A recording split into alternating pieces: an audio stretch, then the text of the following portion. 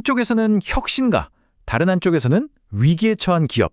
오늘은 이 캠비움 네트워크스라는 회사가 처한 아주 역설적인 상황에 대해 한번 자세히 파헤쳐 보겠습니다. 그러니까 한쪽에서는 AI다, 와이파이 7이다 하면서 최첨단 기술을 이끌고 있는데 다른 한쪽에서는 상장 폐지를 걱정해야 하는 신세라는 거죠. 아니 어떻게 한 회사가 이렇게 정반대의 두 얼굴을 가질 수 있는 걸까요? 자, 지금부터 그 속사정을 한번 들여다보겠습니다.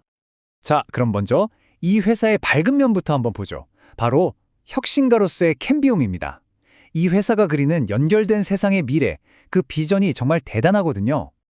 이 회사의 CEO가 예측한 2025년 이후의 기술 트렌드를 보면요.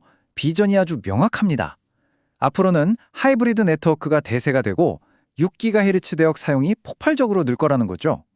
그리고 핵심은 바로 AI 기반 관리와 차세대 와이파이 7으로의 전환. 여기에 회사의 미래를 걸었다고 해도 과언이 아닙니다. 사실 이런 비전이 하루아침에 뚝딱 나온 건 아니에요. 그 뿌리를 거슬러 올라가면 모토로라 시절까지 가고요. 최근에는 또 스타링크랑 손을 잡는 아주 중요한 전략적 파트너십까지 맺었죠. 그야말로 혁신의 역사 위에 차곡차곡 쌓아올린 비전인 셈입니다. 그리고 이게 그냥 말로만 끝나는 게 아닙니다. 보세요. 새로운 와이파이 7 제품 출하량이 무려 75%나 급증했어요. 이 숫자가 뭘 의미하겠어요? 다음 기술의 물결을 우리가 주도하겠다. 바로 이런 의지를 보여주는 거죠. 자, 여기까지는 정말 장밋빛 미래가 펼쳐지는 것 같죠? 하지만 이제부터는 이야기의 어두운 면으로 들어가 보겠습니다. 회사의 존립 자체를 위협하는 아주 깊고 복잡한 위기에 대한 이야기입니다. 이 모든 위기의 시작은 믿기 어렵겠지만 회계 처리 오류였어요. 근데 이 작은 균열이 도미노처럼 번지기 시작합니다. 수익 인식을 잘못한 것 때문에 SEC 공시가 늦어졌고 이게 결국 나스닥 상장 폐지 경고까지 불러온 거죠. 심지어 회사가 계속 운영될 수 있을지에 대한 근본적인 의문까지 제기되는 상황으로 치달았습니다. 이 슬라이드를 보면 정말 흥미로운 게 어떻게 하나의 문제가 연쇄 반응을 일으켜서 걷잡을 수 없는 위기로 번지는지 그 과정이 그대로 보인다는 겁니다. 여기서 말하는 개석 기업에 대한 의구심, 이게 정말 신박한 적신호입니다.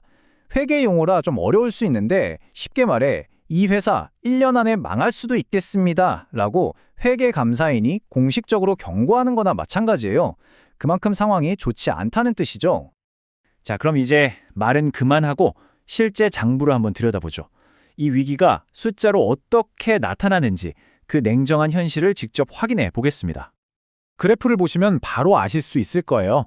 매출이 정말 극적으로 그리고 꾸준히 곤두박질 치고 있습니다. 2021년 최고점과 비교하면 거의 반토막이 났어요. 상황이 얼마나 심각한지 보여주는 대목이죠. 이건 그냥 성장세가 좀 꺾인 수준이 아닙니다. 회사가 지금 돈을 버는 게 아니라 오히려 까먹으면서 운영되고 있다는 뜻이에요. 지난 1년간 순손실만 해도 7,742만 달러에 달합니다. 그리고 이 표를 보면 현금 문제가 얼마나 심각한지 정말 적나라하게 드러납니다.